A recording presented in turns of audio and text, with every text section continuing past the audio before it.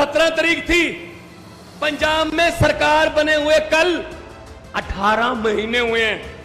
कुछ मेरे बहुत से दोस्त पंजाब से भी सामने खड़े हैं, कुछ हमारे एमएलए भी यहां पे हैं।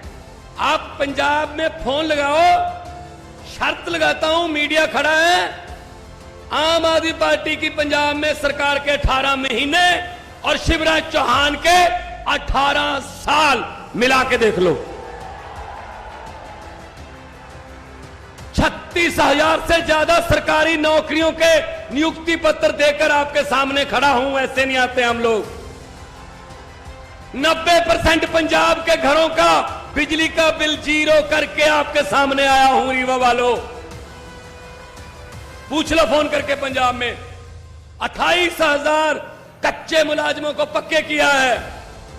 12,710 कच्चे टीचरों को पक्के टीचर बनाया है। अध्यापक लिखते हैं आप, वो कच्चे नहीं लिखते। 50,000 करोड़ का निवेश आ गया 1.5 साल में। 50,000 करोड़ का निवेश, उससे 2,86,000 बेरोजगार नौजवान लड़के लड़कियों को रोजगार मिलेगा। 2,86,000। भाई साहब, ऐसे उंगलियों पर हमारे पड़ा डाटा। हम काम करते हैं, हम इनकी तरह जुमले नहीं सुनाते। अभी इनकी जुमलों की फैक्ट्री जोर से चल रही है, जुमले बन रहे हैं नए नए। आने वाले दिनों में नए नए जुमले आपको सुनने को मिलेंगे। भाई साहब, हर बात पे झूठ बोलते हैं यार। कोई बात तो सच बोल दो देश को ना। मैंने तो पार्लियामेंट में बोल दिया था, मोदी जी बैठे थे सामने। मैंने कहा 15 लाख की रकम लिखता हूं तो कलम रुक जाती है। 15 लाख की रकम लिखता हूं तो कलम रुक जाती है। काले धन के बारे में सोचता हूं तो स्याही सूख जाती है। हर बात ही 15 लाख की रकम लिखता हूं तो कलम रुक जाती है। काले धन के बारे में सोचता हूं तो स्याही सूख जाती है। हर बात ही जुमला निकली। अब तो यह भी शक है, क्या चाय बनानी आती है? मुझे नहीं लगता चाय भी बनानी आती होगी भाई साहब। इतना झूठ, इतना झूठ। कुछ भी बोल देते हैं यार, कुछ भी बोल देते हैं। 2 करोड़ नौजवानों को रोजगार देंगे हर एक साल। मिल गया ना? जिनको मोदी जी ने रोजगार दिया हाथ खड़े करो जी। किसने दिया? जो बेरोजगार हैं वो हाथ खड़े करो। ये देखो सारे बेरोजगार। तो कहां गए इनके जुमले? ये जुमले सुनाते हैं। इनकी बातों में मत आना, इनकी बातों में मत आना भाई साहब। दिल्ली में अरविंद केजरीवाल जी ने पार्टी बनाई। पार्टी क्यों बनानी पड़ी? यह तो करप्शन की एक मूवमेंट थी रामलीला ग्राउंड में कि भाई करप्शन बंद कर दो, मंत्री पर भी वही कानून लागू करो, संतरी पर भी वही करो।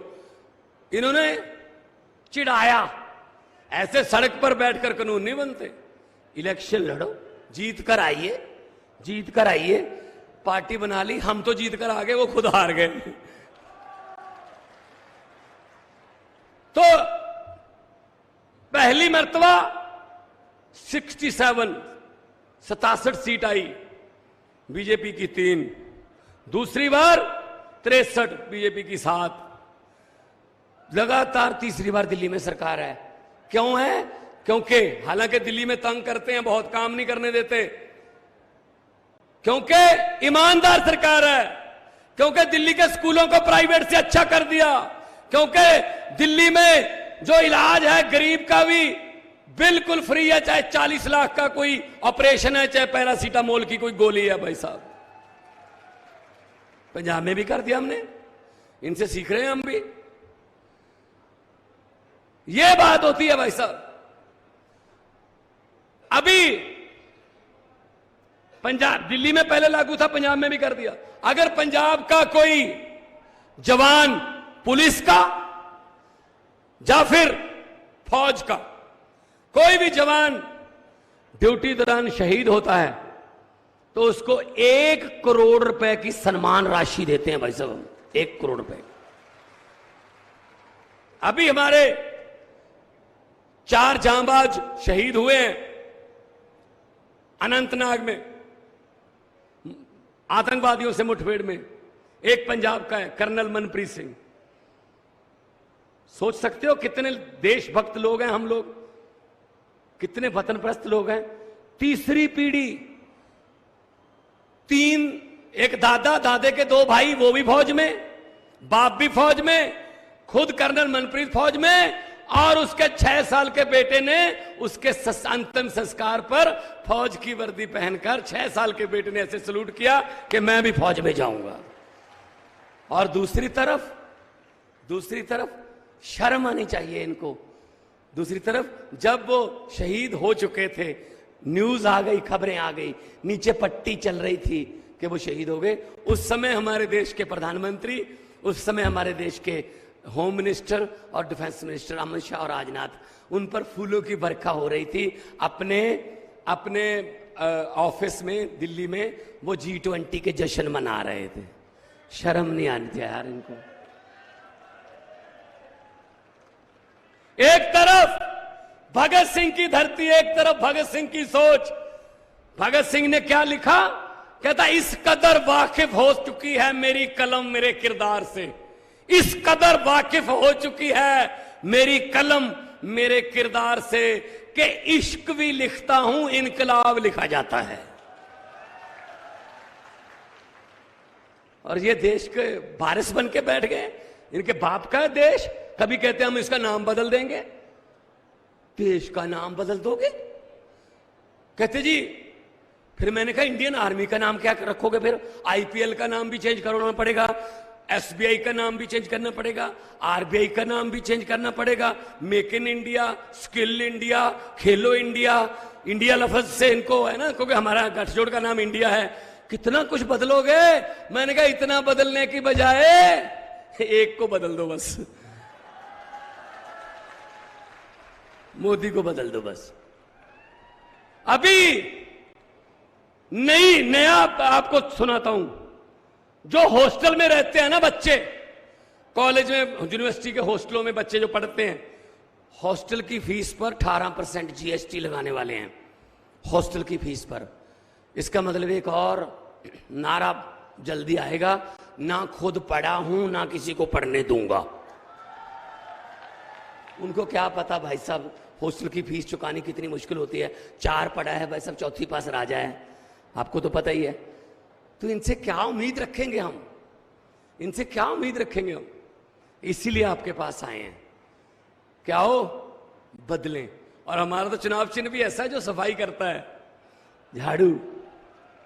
और इस झाड़ू से पहले हम सिर्फ अपना मकान या दुकान साफ करते थे, अब अरविंद केजरीवाल की अगुवाई में इस झाड़ू से पूरा हिंदुस्तान साफ किया जाएगा भाई साहब। हर रोज लोग हमें ज्वाइन कर रहे हैं कि जी आ जाओ, बचा लो हमें, खा गए लूट के। किसी नदिया के घाट पर अगर ये नेता लोग बस जाते, किसी नदिया के घाट पर अगर ये नेता लोग बस जाते, तो लोगों के प्यासे होंठ भी 2 बूंद पानी के लिए तरस जाते। गनीमत है कि मौसम पर हुकूमत चल नहीं सकती, वरना सारे के सारे बादल भी इनके खेतों में ही बरस जाते। आम आदमी पार्टी जो कहती है वो करती है। इनकम टैक्स के कमिश्नर हैं हमारे प्रधान जी केजरीवाल साहब। इनको पता है पैसा किधर से आना होता है और किधर को लेके जाना होता है।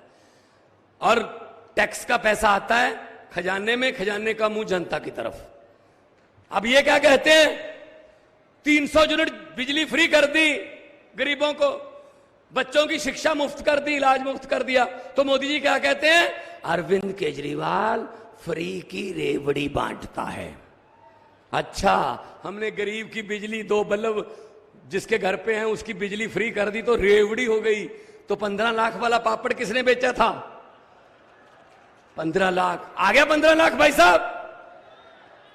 नहीं आएगा, नहीं आएगा। मैंने तो पार्लियामेंट में कहा था, मैंने कहा जी अब जब भी आप लोगों में जाने वाले हैं, लोग आपसे ये पूछने वाले हैं कि आप तो पूरा देश अपने एक दोस्त को लुटाने वाले हैं। मोदी जी 6-8 महीने में तो आप वैसे भी जाने वाले हैं, चलो जाते जाते ही बता दो अच्छे दिन कब आने वाले हैं। नहीं आएंगे अच्छे दिन भाई साहब। सो इनकी बातों में मत आना। और आज जितना भारी भरकम इकट्ठ यहां पे हुआ है, ये ऐसा तो मैंने मंजर लगभग 2 साल पहले पंजाब में देखता था मैं। इतना लोग आते थे और कहते थे बस हमारे पे छोड़ दो जी, आप एक बार बता जाओ कि कितने नंबर पे है झाड़ू का बटन। तो भाई साहब 117 में से 92 सीटें आई हैं, सब हार गए बड़े बड़े। जो कहते थे हम कभी जिंदगी में नहीं हारेंगे, भाई साहब जमानतें जब्त करा दी। ये पब्लिक है, ये सब जानती है। पब्लिक जब चाहे नेता अर्श पर और पब्लिक जब चाहे नेता फर्श पर, ये पब्लिक है। सो मैं ये कहने के लिए आया था, ये क्या हम लोग करते हैं बात स्कूल की, हॉस्पिटल की, बिजली की, ये करते हैं बात नफरत की, धर्म की, जाति की। लंबे सफर को मीलों में मत बांटिए, कौम को कबीलों में मत बांटिए।